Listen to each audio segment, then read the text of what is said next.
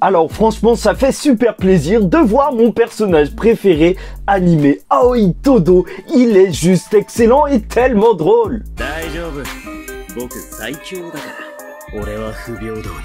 Mesdames et messieurs, ici Chage et on se retrouve aujourd'hui pour la review de l'épisode 8 de Jujutsu Kaisen. Et cet épisode 8 s'appelle l'ennui. L'ennui peut-être parce qu'il y a des problèmes ou juste l'ennui parce qu'il s'ennuie et commence à s'embrouiller entre lycées alors qu'il y a des fléaux dehors. On ne sait pas pourquoi, mais c'est juste pour notre plus grand kiff. Parce qu'on va voir la rencontre entre deux élèves de Kyoto, Aoi Todo et Mai Zenin, qui vont se battre contre Megumi et contre Nobara. Et oui, ils vont commencer à s'embrouiller et Megumi va se battre contre Todo et ça va être un combat incroyable. Ok, déjà, il va commencer le combat juste en lui posant une question. Quel type de fille t'aimes bien ? Et c'est vrai, c'est ridicule, mais c'est super drôle. Le mec a l'air tellement cinglé et surtout, il est extrêmement fort. On nous l'avait présenté il y a de cela quelques épisodes comme un des deux élèves qui surclasse tout le monde et peut-être seront à un niveau supérieur que celui de Gojo qui, l'épisode dernier, était déjà incroyable et tu le vois cet épisode. Déjà, on a son palmarès, il a réussi à détruire plusieurs fléaux, dont plusieurs de classe 1 et un de classe S à lui tout seul durant une attaque qui a été encore faite par le mec mystérieux de la dernière fois. D'ailleurs, on apprend son nom, c'est Geto. Et ce qu'il va dire à Megumi, c'est qu'il n'utilise pas ses sorts contre ceux qui sont en dessous de la classe S. C'est un truc de malade, il est juste surpuissant. Ils vont se battre. Ok, Megumi, il va utiliser des grenouilles. C'est intelligent avec des ailes pour pouvoir se déplacer et ne pas rester à côté de Todo parce que Todo, voilà, ça a l'air d'être un expert en corps à corps. Mais sauf qu'il est beaucoup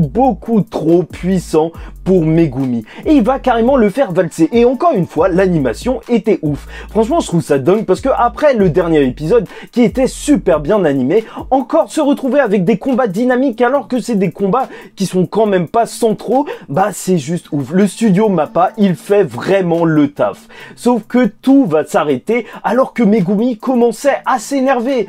Et d'ailleurs, on parle encore une fois de son potentiel caché. Franchement, ça donne juste trop envie de voir ce qu'il peut faire à fond. Et on peut même se demander si même lui, il se rend compte du niveau qu'il pourrait avoir. Parce que je vous rappelle que Sukuna était impressionné par lui et il faudrait voir ce qu'il va se passer par la suite. Qu'est-ce qu'il nous cache ce bon vieux petit Megumi. Mais il va y avoir ses senpai qui vont arrêter le combat. Ils vont arriver. Il va y avoir Panda et Toge qui vont tout arrêter. D'ailleurs, c'est super intéressant parce que même si on ne voit pas le pouvoir de Panda, bah Toge, on va voir un début de son pouvoir. Apparemment, il parle pour arrêter les gens. C'est ce qu'il va faire. Il va arrêter Todo juste en lui demandant de s'arrêter. Il y a eu une petite animation et il a arrêté de se battre alors qu'il allait lâcher un gros coup. Et après, on est passé directement à l'autre partie du combat qui concernait Maki et Mai Zenin, les deux sœurs jumelles et Nobara. Nobara, elle s'est fait complètement éclater et elle était au sol. Et c'est là que son senpai est arrivé. Elle a calmé son collègue de l'autre école.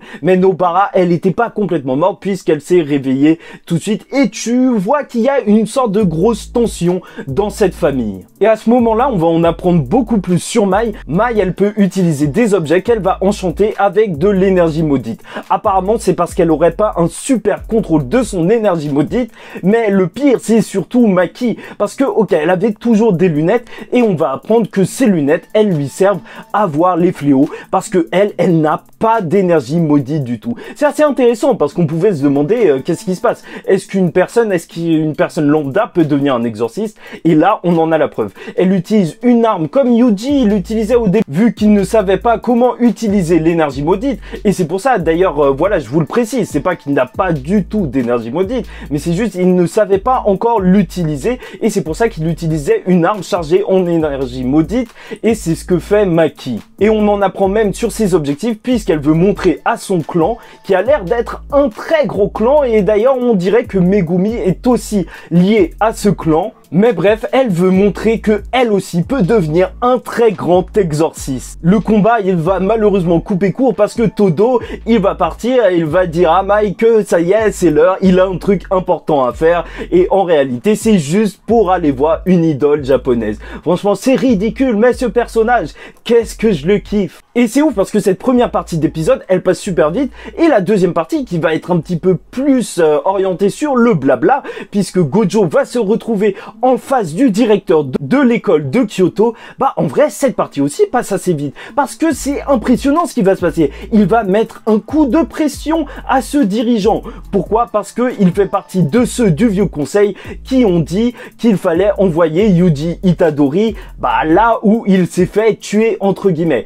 En gros, ils veulent vraiment conserver leur pouvoir. On sait pas trop ce qui se passe au niveau politique, mais apparemment c'est ça. Mais on comprend que Gojo Satoru c'est un petit peu un électron libre. Il est tellement puissant que ok, on doit le respecter même si on n'est pas trop d'accord avec ses façons d'agir. Et comme il l'avait dit dans les épisodes précédents, en réalité lui il veut changer en faisant de l'éducation et en montrant à la nouvelle génération comment faire.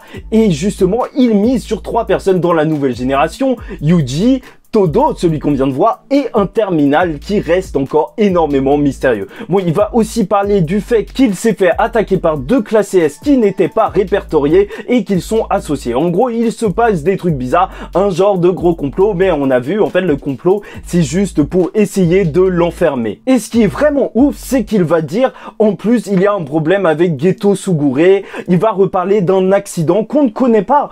On ne connaît pas cet accident, mais maintenant, on sait que tous les personnages, enfin les anciens, connaissent ce mec qui a coopéré, qui est en train de coopérer avec les fléaux et ça lance tellement de mystères. Ça a l'air vraiment croustillant. D'ailleurs, mention spéciale à la fille avec les cheveux bleus qui était là complètement fan de Gojo Satoru parce que ça nous montre à quel point il est important dans cet univers et à quel point il est classe. Mais bref, après la réunion, elle va couper court, mais franchement, on peut se demander déjà si même le vieux qui dirige l'école de Kyoto, c'est un combattant. Parce que il a l'air un peu trop vieux, mais il faut se méfier dans les animés des personnages comme ça. Puis on passe directement à 1 mois après avec une scène effroyable. C'était dans un cinéma, il y a eu le meurtre de 3 personnes qui sont complètement déformées. Elles sont mortes de ça et on voit quelqu'un en ressortir et c'est le Frankenstein qu'on avait vu la dernière fois. Et on pouvait se demander si c'était un humain ou un fléau parce qu'il avait l'air assez étrange, mais il va rencontrer quelqu'un dans la rue et il va être étonné que cette personne le voit. Donc ça doit sûrement être un fléau, mais en tout cas il a l'air super puissant vu la mise en scène. Et ce qu'il va se passer, c'est que, ok, ça se passe 1 mois plus tard, mais tu vois que Yuji est là pour enquêter avec un autre exorciste, qui a l'air d'être son patron, bien sûr, et ils vont enquêter sur ce truc, et c'est exactement ce que Gojo, il avait dit. Il avait dit la théorie et la pratique. Maintenant, en fait, ça fait peut-être depuis 1 mois qu'il est en train d'enchaîner l'émission, et donc il a dû devenir beaucoup plus fort. Franchement, j'ai trop hâte que les personnages se retrouvent, mais cette intrigue, elle risque d'être vraiment très intéressante. Bon, bref, j'espère que vous avez apprécié cette vidéo. Si vous avez apprécié, abonnez-vous à la chaîne parce que chaque semaine, il va y avoir des reviews Jujutsu Kaisen et même il va bientôt y avoir des reviews de Scan et je vais faire en sorte de pas du tout montrer d'infos sur le titre pour ne spoiler personne. Mais voilà, on va parler beaucoup de Jujutsu Kaisen parce que je kiffe ce manga et cet animé, il est juste excellent. On s'ennuie jamais. Là, l'épisode, il est passé comme s'il durait 5 minutes. C'était un pur kiff. Bref, n'hésitez pas à me donner votre avis en commentaire. En tout cas, on se retrouve la semaine prochaine pour la review du prochain épisode. Je vous dis ciao tout le monde et paix sur vous.